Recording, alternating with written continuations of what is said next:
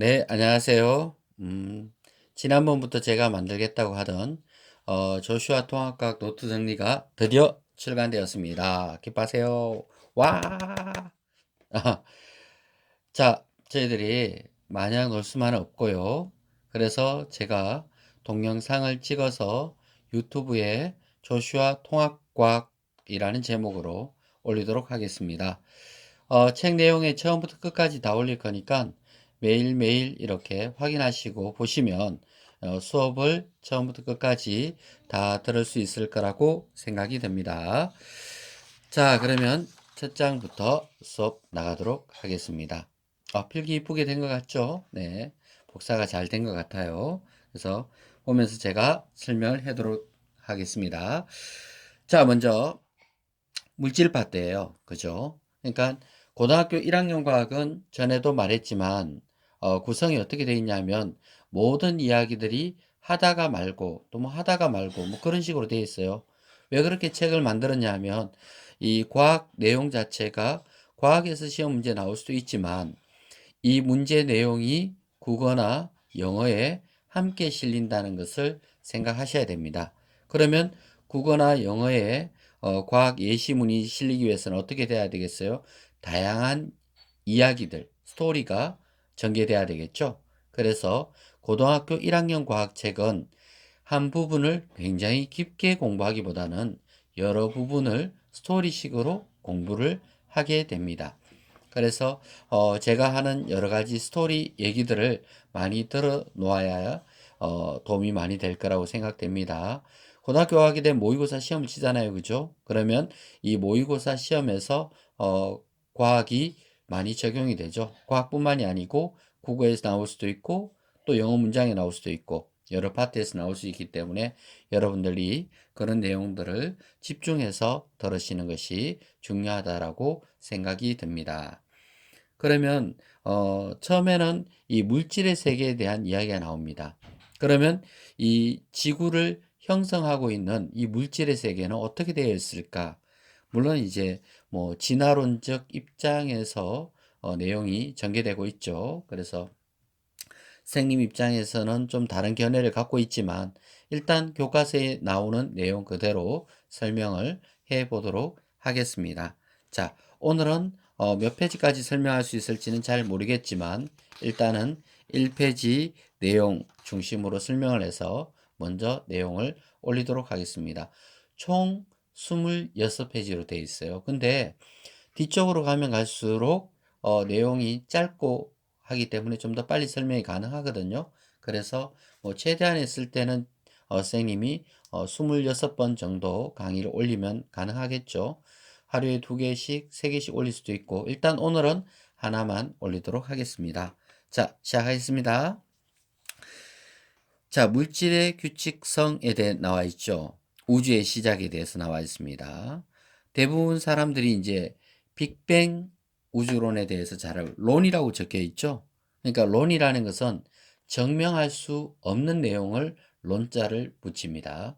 그러니까 창조론도 그렇고 진화론도 그렇고 빅뱅 우주론도 그렇고 어떤 법칙이라고 했을 때는 그 법칙은 분명하게 증명이 되고 설명할 수 있는 내용이지만 론이라고 적혀 있는 내용은 우리가 설명할 수 없을 때 그렇게 적혀 있습니다. 그래서 빅뱅 우주론도 마찬가지입니다.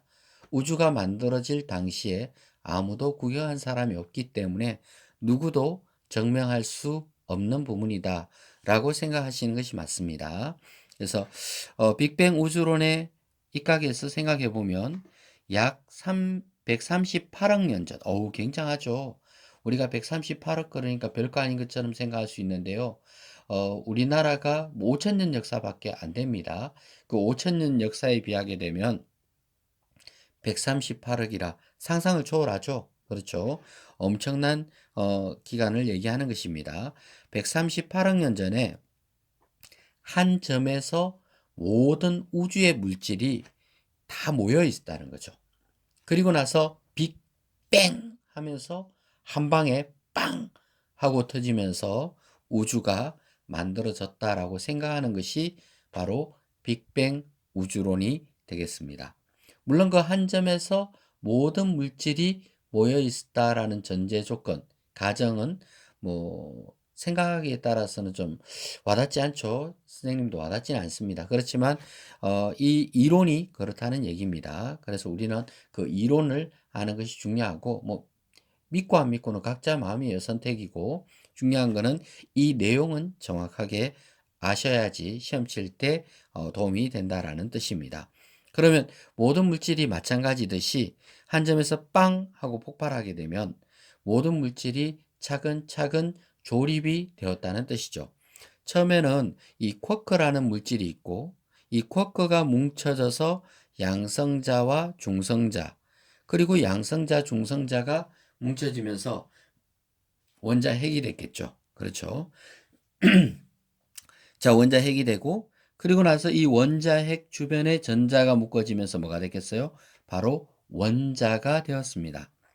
그리고 이 원자들이 더 복잡하게 뭉쳐지면서 오늘날의 많은 물질의 세계를 이루고 있다라고 생각하시면 되겠습니다. 근데 전체 우주에 보게 되면요.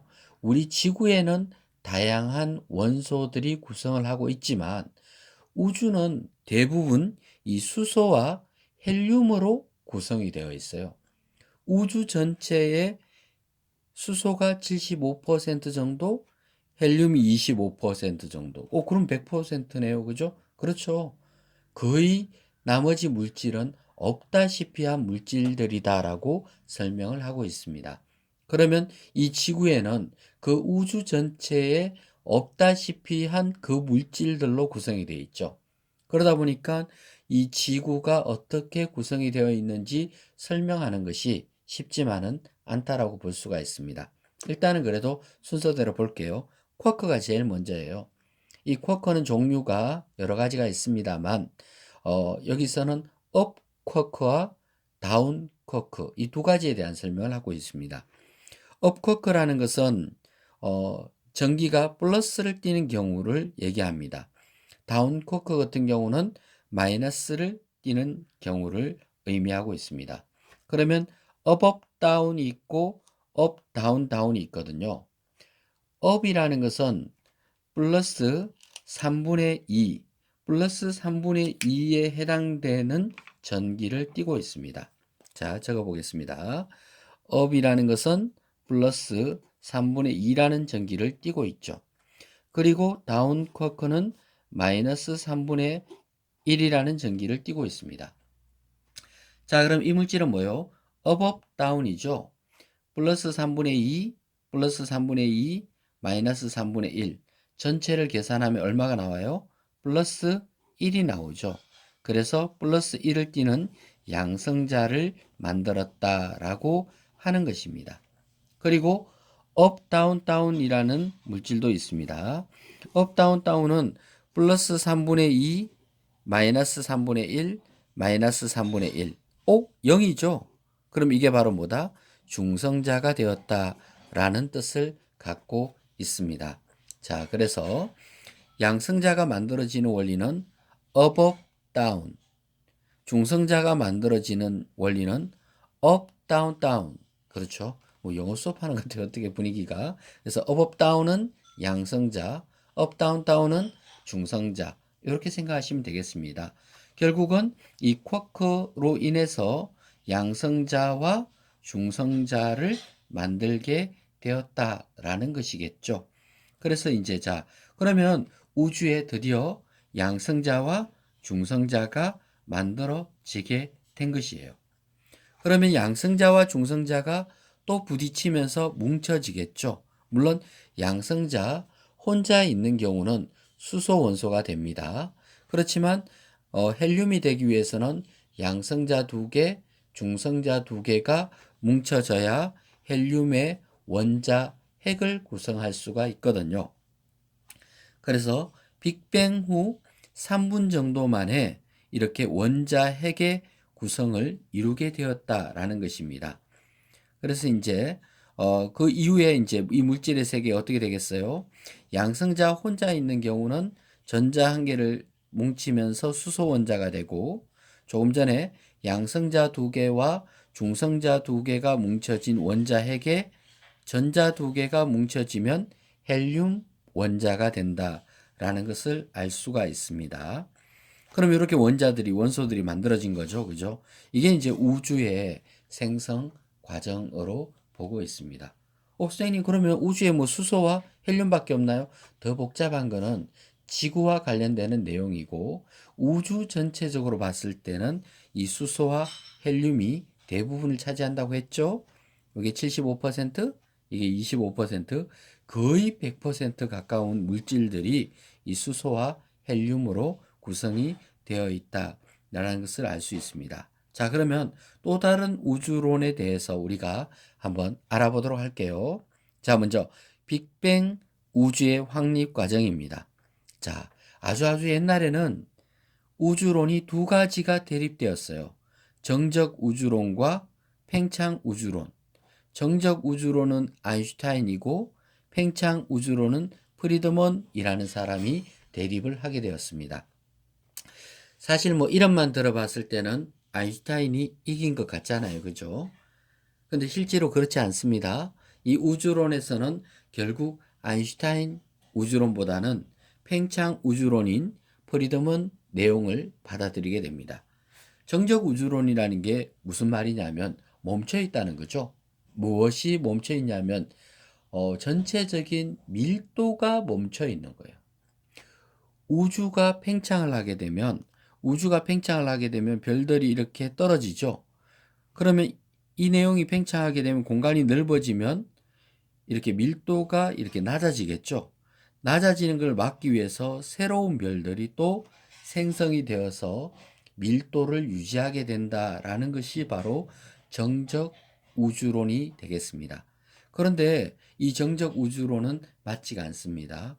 첫째는 질량 보존의 법칙에 바로 위배가 되거든요. 그래서 아인슈타인의 정적 우주론은 맞지가 않고 프리드만의 팽창 우주론을 받아들입니다. 그 이후에 이제 우주 팽창의 증거를 적색 편의를 통해서 알게 되죠. 야, 적색 편의 그러니까 무슨 말인지 잘 모르겠죠. 적색 편의라는 것은 말 그대로 빨간색 쪽에 치우쳐 보인다 그런 뜻입니다. 자, 우리가 색깔을 보게 되면 빨주노초, 파남보 이렇게 볼 수가 있죠. 자, 밑에다가 이쪽으로 갈수록 적색이고 반대편으로 가게 되면 자색인 보라색이 되죠. 보통 적색 바깥쪽을 적외선이라고 부르고 보라색인 자색 바깥쪽을 자외선이라고 부르고 이 중간을 가시광선, 우리 눈에 보인다는 뜻이겠죠. 이렇게 되어 있어요. 그럼 적색편이라는 게 무슨 말이냐면 어떤 별이 있어요. 근데 그 별은 원래 색깔은 노란색 별이었어요. 근데 우리가 볼 때 그 노란색 별이 원래 노란색보다 약간 더 빨간색 쪽으로 치우쳐 보인다는 거예요. 그러면 어떻게 해서 치우쳐 보이겠어요? 각 색깔마다 파동이 있는데 노란색 파동이 이렇게 되어 있으면 빨간색 파동은 좀 더 넓게 잡혀 있습니다. 보라색 파동은 더 좁게 이렇게 되어 있겠죠? 그러면 점점 멀어지게 되면 어떻게 돼요? 파동이 늘어나겠죠. 기차 소리도 보게 되면 기차가 멀어질 때 꽝 하면서 이렇게 소리가 꽝 늘어나죠. 이렇게 늘어나는 소리가 나는 것은 멀어 보인다는 뜻이거든요. 멀어질 때 나는 파동입니다. 그래서 원래 파동보다 더 늘어나게 되면 조금 더 빨간색 쪽이 되게 되죠. 가까이 다가오는 기차 소리 들어보면 빵 하면서 다가오잖아요. 그죠? 소리가 더 커져요. 높은 음이 되는 거예요. 그죠? 그처럼 가까이 다가올 때는 빛을 봤을 때 소리 말고 빛으로 생각하기에 빛파동에서는 가까이 다가올 때는 이 보라색 쪽, 파란색 쪽으로 치우쳐 보이고 이걸 청색편이라 그래요. 근데 멀어질 때는 본래 자기 색깔보다 조금 더 빨간색 쪽으로 치우쳐 보인다는 겁니다. 그러면 우주에 만약에 별이 이렇게 있다면 자, 이 A라는 별이 이쪽으로 이동하게 된다고 생각할 때 B라는 별과는 멀어질 수 있지만 한쪽은 또 가까워져야 되잖아요. 그죠? 근데 이상하게 모든 곳이 다 멀어지는 거예요. 그 모든 곳이 다 멀어진다는 것은 어떻게 설명할 수 있을까요? 그거는 이제 설명할 수 있는 방법이 이밖에 없어요. 자, 이렇게 모아진 풍선이 있어요. 풍선을 더 크게 불면 별과 별 사이의 거리가 모두 서로 다 멀어지게 되어 있죠. 그래서 우주가 팽창할 때만이 모든 별들이 서로 멀어지는 것을 알 수가 있습니다. 그래서 적색 편의가 모든 방향에서 나타난다는 것은 우주가 팽창하고 있다는 증거다라고 생각을 하게 된 거예요. 그래서 허벌이라는 사람은 이 우주 팽창에 대해서 알게 된 이후에 우주가 한 점에서 일정한 속도로 팽창을 한다라고 역추적해서 계산해서 우주의 나이를 계산을 하게 됩니다. 그래서 약 138억 년 정도의 우주의 나이를 계산을 하게 되죠. 근데 이것도 사실은 좀 그래요. 왜냐하면 선생님이 배울 때는 우주의 나이를 200억 년으로 배웠거든요. 그러니까 계산을 뭐 약간 어떻게 하느냐에 따라서 이게 조금씩 많이 변할 수 있기 때문에 뭐 확실하게 믿고 말고는 개인적인 문제라고 생각이 듭니다. 그래서 어쨌든 적색 편의가 나타나는 것은 확실한 사실이고 지금 현재로서는 그러면 현재도 우주가 계속해서 팽창을 하고 있습니다. 그럼 어떤 학생이 질문해요? 선생님, 계속 우주가 팽창하면 어떻게 되나요? 그 전에 우리가 먼저 죽어요. 그러니까 신경 안 쓰셔도 돼요. 왜냐하면 우주가 팽창한다고는 하지만 우리가 이 땅에서 살 수 있는 기간이 한 100년 정도 잡아도 100년 동안 우주가 늘어난다고 해서 막 엄청난 변화다라고 볼 수는 없는 거잖아요. 그죠? 그래서 138억 년에 비해서 100년은 너무나 짧은 기간이기 때문에 우리가 공부는 하지만 생각을 하지 않고 살아간다라고 보시면 되겠습니다. 그 이후에 이제 또 어떤 우주론이 나왔을까요? 정상 우주론과 빅뱅 우주론이 나왔습니다. 그래서 호일이라는 과학자와 가모프라는 과학자가 대립을 했었는데 결국 누가 이겼겠어요? 당연히 빅뱅 우주론을 받아들이게 되죠. 그러면 어떤 증거에서 빅뱅 우주론을 받아들이냐면 우주 배경 복사와 수소와 헬륨의 질량비 이 두 가지 증거. 그러니까 외워야 되는 건 이 빨간색들이에요. 우주가 왜 팽창한다고 생각했을까요? 적색 편의 때문에. 왜 빅뱅 우주론을 받아들였을까요? 우주 배경 복사와 수소 헬륨의 질량비 때문에. 이 우주 배경 복사에 대해서는 또 따로 설명을 해보겠습니다. 그리고 수소 헬륨의 질량비가 3대 1이라고 뒤에 가면 나오거든요. 그거는 다음 시간에 또 하게 될 것 같습니다. 자, 그러면 우주 배경 복사에 대해서 잠깐 설명하겠습니다. 우주 배경 복사는 자, 우주 온도가 약 3000 켈빈일 때 전자가 묶어지면서 빛이 퍼져 나갈 수 있는 투명한 우주가 되었다. 이게 무슨 소리인지 모르겠죠. 자, 처음 우주가 만들어졌을 때는 이렇게 쿼크 상태라고 했죠. 또 양성자, 중성자 상태라고 했죠. 그러면 쿼크 상태, 양성자, 중성자 상태, 원자 핵 상태일 때는 빛이 돌아다닐 수가 없어요. 쌤, 빛이 왜 못 돌아다녀요? 전자 때문에요. 왜? 전자가 이렇게 묶어지지 않는다 하면은 이 전자가 자유롭게 막 돌아다니게 되겠죠? 전자가 너무 자유롭게 돌아다니니까 빛들이 전자에 막혀서 퍼져나갈 수가 없었던 거예요. 그런 우주를 우리는 불투명한 우주라고 얘기합니다.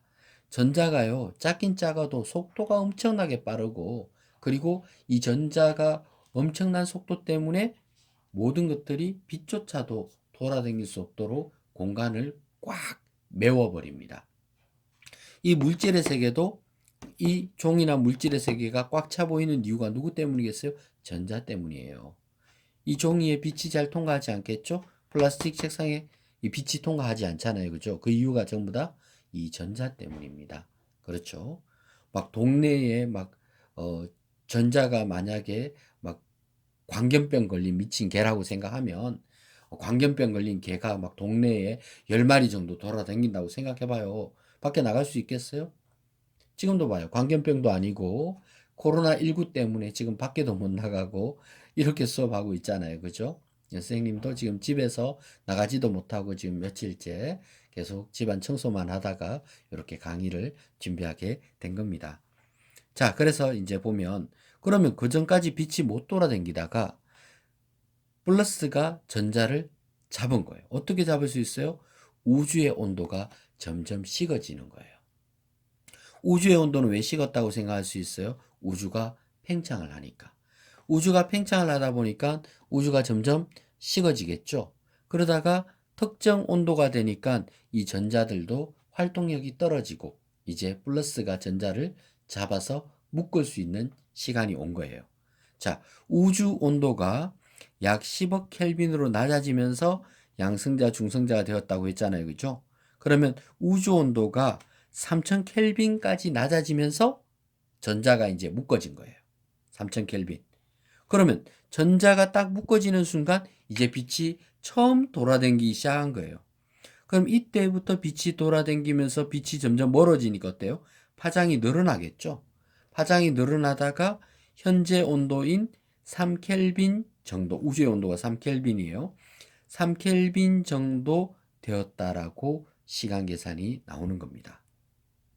자, 그럼 이런 이론에 의해서 우주 전체 현재 온도가 한 3켈빈 정도 될 것이다라고 생각을 한 거죠.